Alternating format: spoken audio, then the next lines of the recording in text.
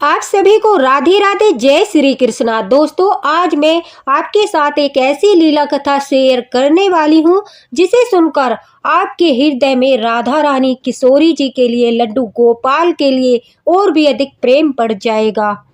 साथ ही साथ इतना अच्छा मार्गदर्शन इस लीला कथा के माध्यम से होने वाला है कि बहुत कम वीडियो ऐसे होते हैं जिनके माध्यम से संपूर्ण जानकारी मिल पाती है और मार्गदर्शन होता है। अगर आपको लगे कि हाँ, आज आपका बहुत बड़ा मार्गदर्शन हुआ है तो कमेंट बॉक्स में राधे राधे अवश्य लिखना। साथ ही साथ वीडियो को ज़्यादा से ज़्यादा शेयर कर देना ताकि सभी लड्डू गोपाल भक्तों तक वीडियो पहुंचे और आपको भी इसका फल प्राप्त हो सके कि आपने बहुत अच्छी जानकारी लोगों तक पहुंचाई है। जो आज की ये लीला कथा है, ये हमारे साथ दिल्ली से एक भक्त परिवार ने, अजय जी और उनकी वाइफ सुधा जी ने शेयर की है। अजय जी जो है एक सुनार है, सोने चांदी के आभूषण बनाते हैं और उनकी वाइफ सुधा जी, ये दोनों मिलकर ही राधा रानी किशोरी जी की और लड्डू गोपाल की सेवा करते हैं। इनके जीवन में राधा रानी ने इतने चमत्कार किए हैं, इतनी लीलाएं की है लड्डू गोपाल ने कि आज वो भक्तों के साथ शेयर करने वाले हैं। दोस्तों, इस लीला कथा के माध्यम से राधा रानी की सेवा में होने वाली गलतियों के बारे में भी आपको जानकारी मिलेगी। मैं जानती हूँ कोई न कोई चूक हर भक्त से हो जाती है, तो राधा रानी अपने भक्तों पर कृपा करती है और वो आपका मार्गदर्शन करने के लिए शायद आज उन्होंने ये लीला कथा शेयर करवाई है। तो लीला कथा को अंत तक अवश्य ही सुनना। अजय जी और सुधा जी कहते हैं कि उनकी कोई बेटी नहीं है, उनके सिर्फ 2 बेटे हैं और वे ठाकुर जी के परम भक्त हैं। अजय जी ने अपने हाथों से चांदी के छोटे से बाल गोपाल यानी लड्डू गोपाल बनाए और उनकी सेवा करना शुरू कर दिया। अब लड्डू गोपाल की प्रेम पूर्वक सेवा करने लगे। चांदी के लड्डू गोपाल की सेवा करते करते अजय जी कहते हैं और सुधा जी कि उन्हें पूरा 1 वर्ष हो गया। तब बांके बिहारी की उन पर कृपा हुई और वृंदावन जाने का उनका प्रोग्राम बना। कहते हैं जब तक ठाकुर जी नहीं चाहते तो हम उनके दर्शन करने वृंदावन नहीं जा सकते। जब वो बुलावा भेजते हैं, अपने भक्तों से प्रसन्न होते हैं, तो हम स्वयं ही चाहे कोई प्रोग्राम भी न बनाए उनके धाम पर पहुंच जाते हैं। अचानक से सब प्रोग्राम बन जाता है। तो अब वह कहती है कि हमारा जाने का बहुत मन था, कभी कुछ अड़चन आ जाती थी तो कभी कुछ अड़चन आ जाती थी, लेकिन 1 साल सेवा करने के बाद बिहारी जी का बुलावा आया। अजय जी अपनी वाइफ सुधा और अपने दोनों बेटों के साथ अपने लड्डू गोपाल को लेकर, बाल गोपाल को लेकर वृंदावन गए।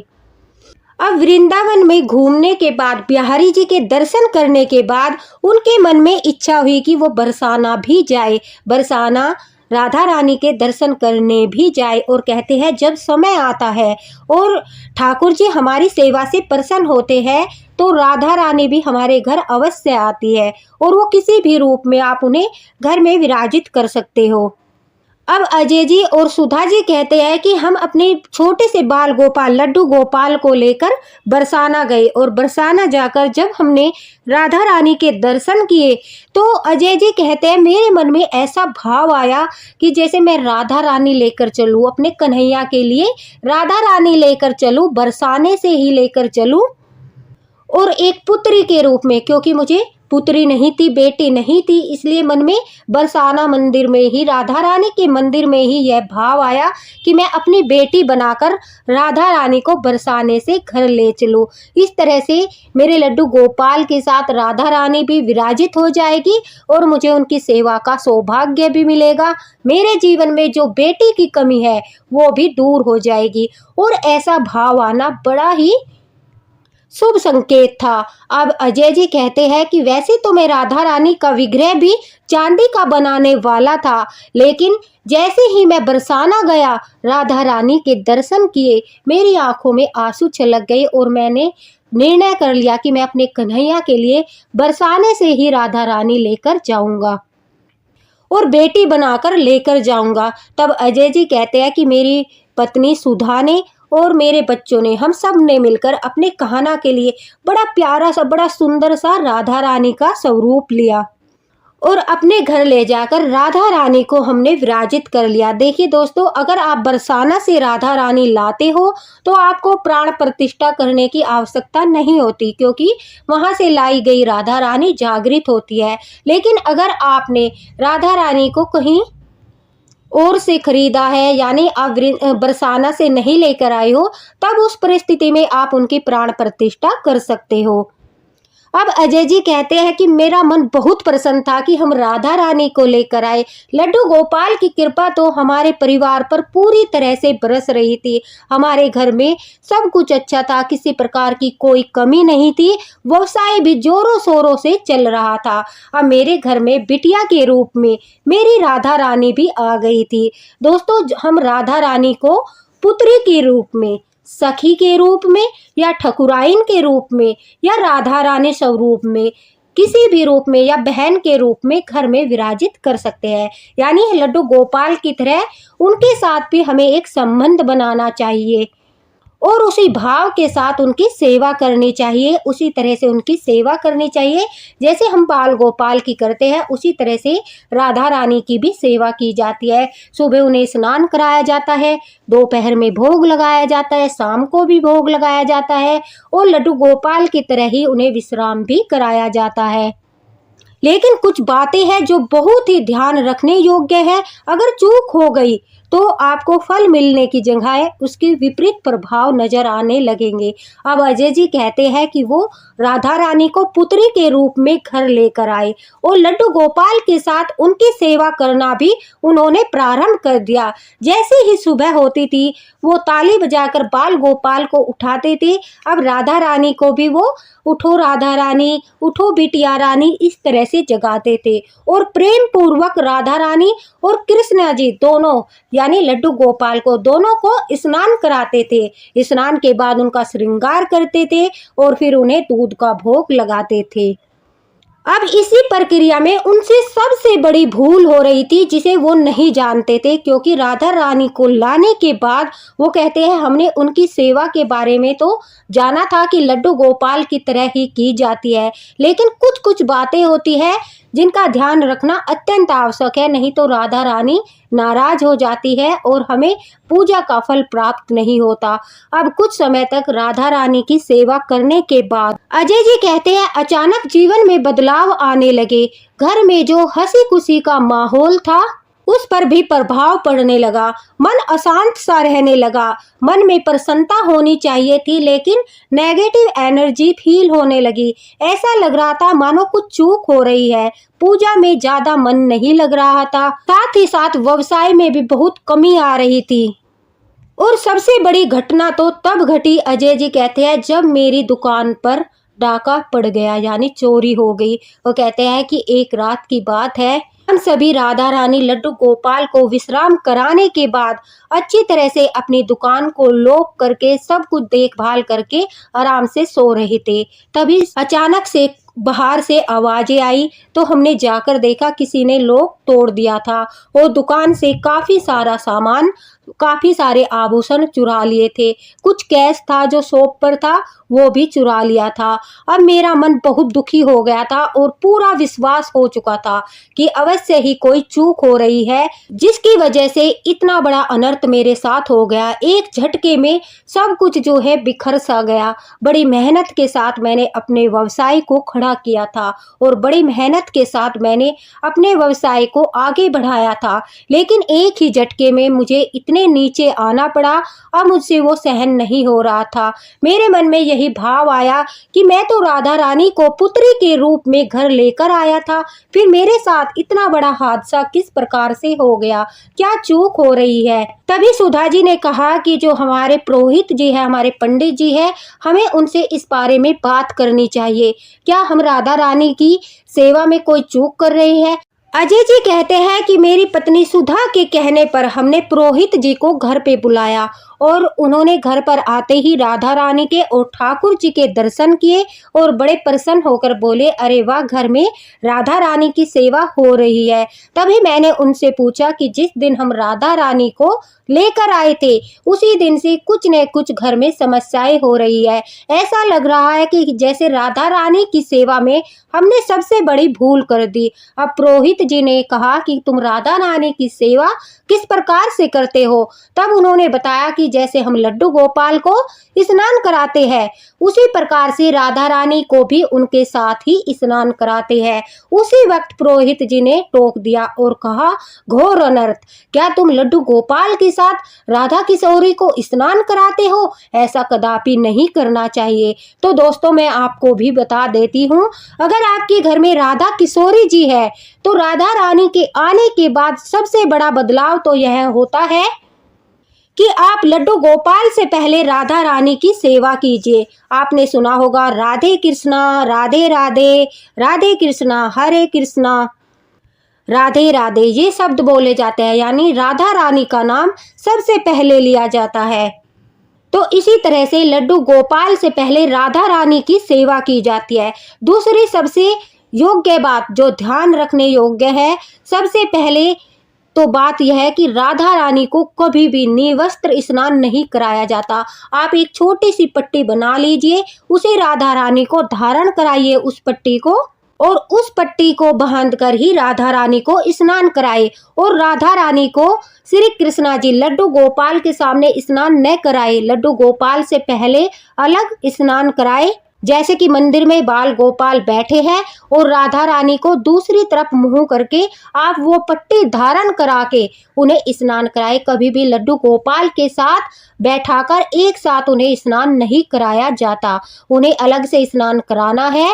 भले ही आप उसी पात्र में से वो जल दूसरे पात्र में रख लीजिए जिसमें राधा रानी जी को आपने स्नान कराया है, वो जो है जल दूसरे पात्र में रख लीजिए और फिर से उस पात्र में आप लड्डू गोपाल को स्नान करा सकते हैं। लेकिन अगर आपने राधा रानी को स्नान करा दिया और उस पात्र में पहले से ही जल है, फिर उसी में बैठा के लड्डू गोपाल को स्नान करा दिया, तो ऐसा कदापि नहीं करना चाहिए। पात्र एक हो सकता है, लेकिन जो जल होता है स्नान का, उसे दूसरे पात्र में करना ही करना है। और सबसे जरूरी बात, राधा रानी के जो है जल में तुलसी पत्ता नहीं डालना है। बिल्कुल भी भूलकर यह गलती मत कर देना। राधा रानी को जब स्नान कराते हैं तो उनके जल में तुलसी का पत्ता नहीं डालते, और ठाकुर जी को जब स्नान कराते हैं तो उनके जल में तुलसी पत्ता डालते हैं। तो इस बात का विशेष ख्याल रखना है। इसलिए लड्डू गोपाल के साथ हम राधा रानी को स्नान नहीं करा सकते, क्योंकि ठाकुर जी के जल में तुलसी पत्ता डलता है और राधा रानी के स्नान जल में नहीं डलता। दूसरा, राधा रानी को हम लड्डू गोपाल के साथ स्नान नहीं करा सकते, उन्हें वस्त्र धारण करा के, यानी जो एक पट्टी बनाते हैं हम, वो पट्टी बना लीजिए डेली के लिए, उसे पहना कर ही राधा रानी को हमें स्नान कराना है, निवस्त्र स्नान नहीं कराना है। अजय जी यह सबसे बड़ी भूल कर रहे थे। वो एक ही पात्र में लड्डू गोपाल और राधा रानी को बैठाकर एक साथ तुलसी पत्ता डालकर स्नान करा रहे थे, जिसका दुष्परिणाम भी उन्हें भोगना पड़ा। यह बहुत बड़ा पाप होता है। एक साथ हम स्नान नहीं करा सकते। पात्र एक हो सकता है, फिर से बता रही हूँ, लेकिन जल अलग अलग होगा, और स्नान के बाद उस जल को भी अलग अलग ही आपको दूसरे पात्र में रखना है। अब बात आती है भोग की। राधा रानी को कभी भी तुलसी का भोग नहीं दिया जाता, इस बात का विशेष ध्यान रखना।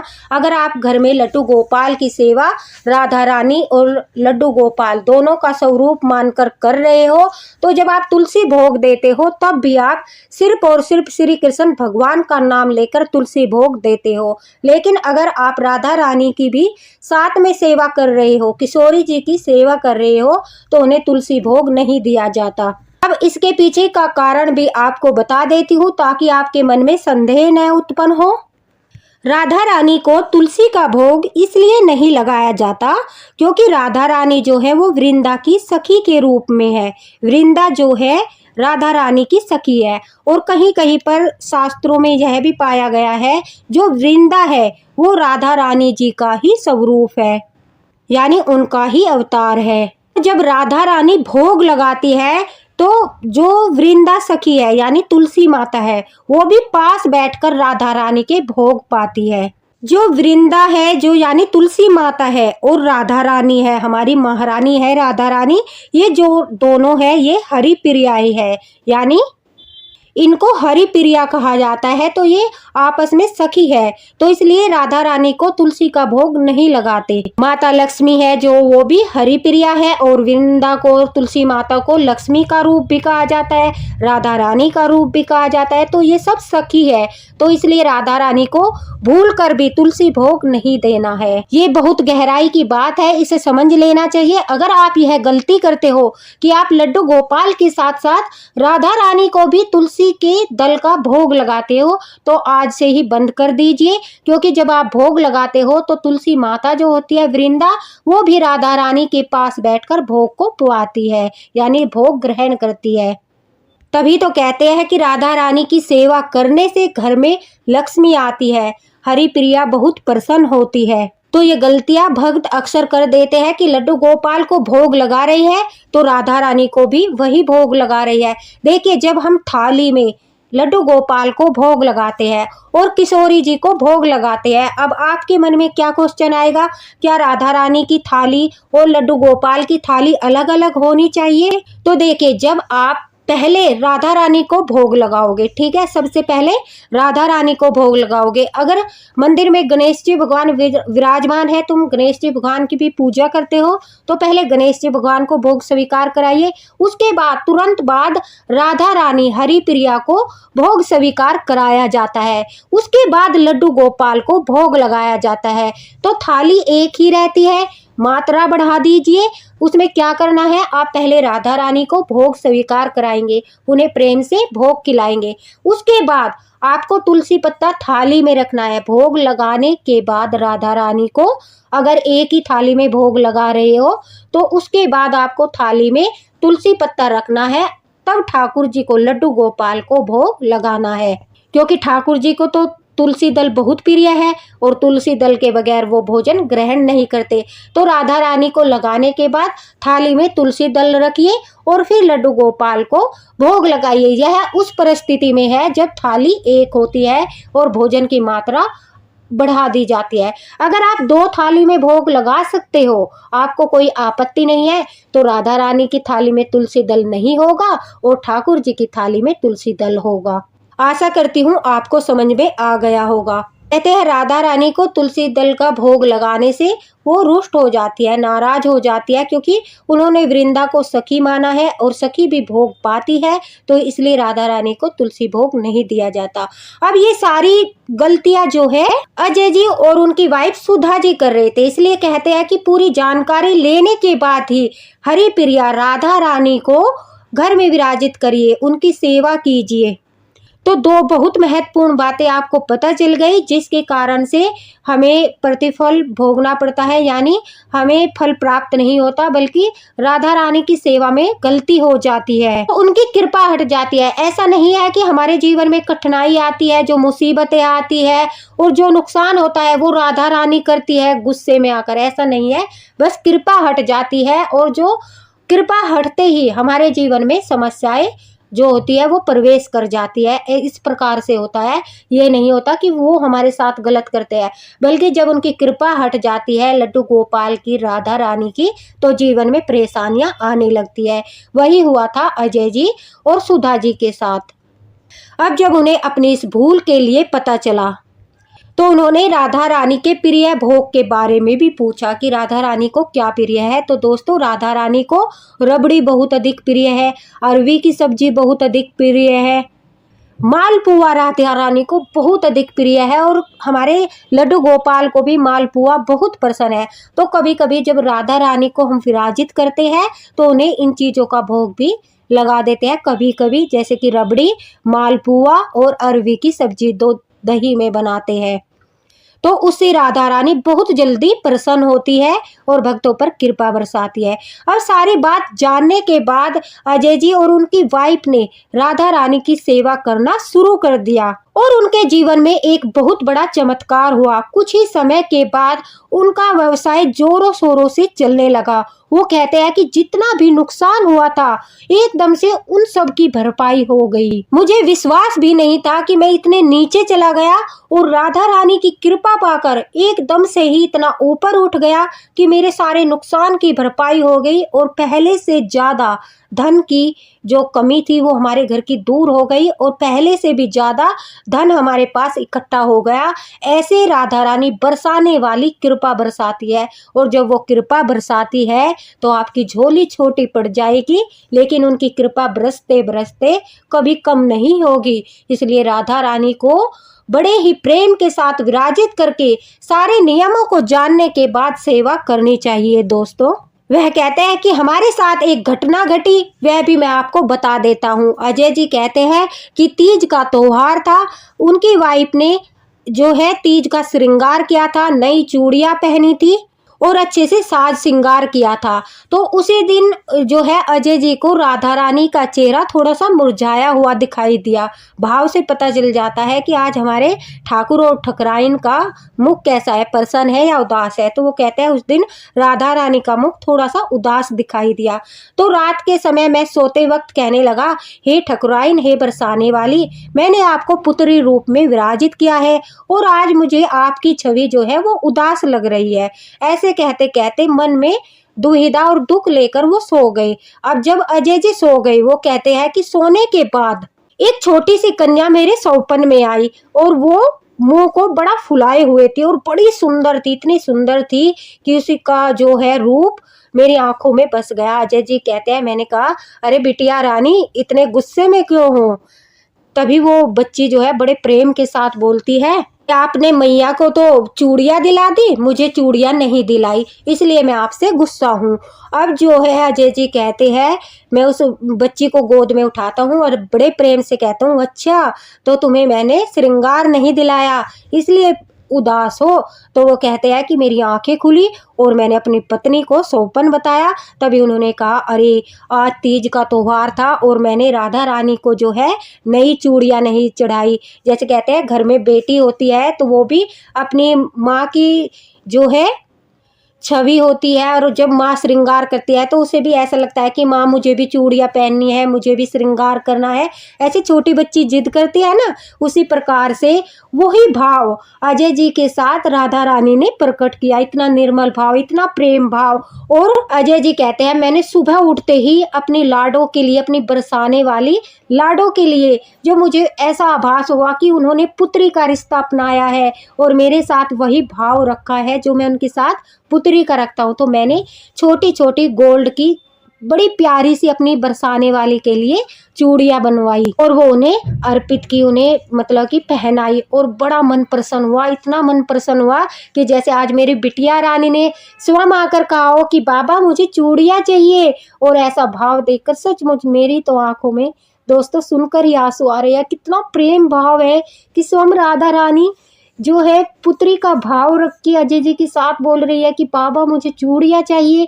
और जो है कितना सौभाग्य है अजय जी का कि स्वयं राधा रानी ने उन्हें चूड़ियां देने को कहा और उन्होंने अपने हाथों से प्रेम पूर्वक चूड़ियां बनाई और राधा रानी को अर्पित की।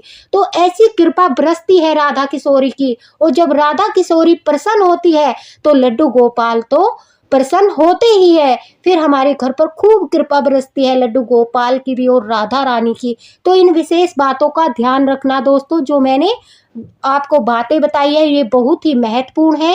राधा रानी को श्रृंगार बहुत अधिक प्रिय है। सॉरी वीडियो थोड़ा सा लंबा हो गया, लेकिन मैं वीडियो में पूरी जानकारी देना चाहती थी इसलिए वीडियो थोड़ा लंबा हो गया। तो अगर आप भी राधा किशोरी की और लड्डू गोपाल की कृपा प्राप्त करना चाहते हो तो सभी बातों को ध्यान रखते हुए उनकी सेवा कीजिए। और जो एक दो बातें रह गई है मैं अगले वीडियो में उन्हें जरूर शेयर करूंगी। अगर आपको लड्डू गोपाल की सेवा से जुड़ी कोई भी जानकारी चाहिए तो आप मेरे चैनल को फॉलो कर लीजिए, क्योंकि मैं सिर्फ और लड्डू गोपाल और राधा रानी से जुड़े सवालों का जवाब भी आप लोगों को देती हूँ। अगर आपका कोई क्वेश्चन है तो बेझिझक कमेंट बॉक्स में आप पूछ सकते हो। जितना भी मुझसे हो सकेगा मैं सबका रिप्लाई करूंगी। इसी के साथ दोस्तों राधे राधे, हरे कृष्णा। मिलते हैं अच्छी सी जानकारी के साथ, अच्छे से मार्गदर्शन के साथ अगले वीडियो में। तब तक राधा रानी की कृपा आप सभी पर बनी रहे, लड्डू गोपाल की कृपा आप सभी पर बनी रहे। राधे राधे, हरे कृष्णा।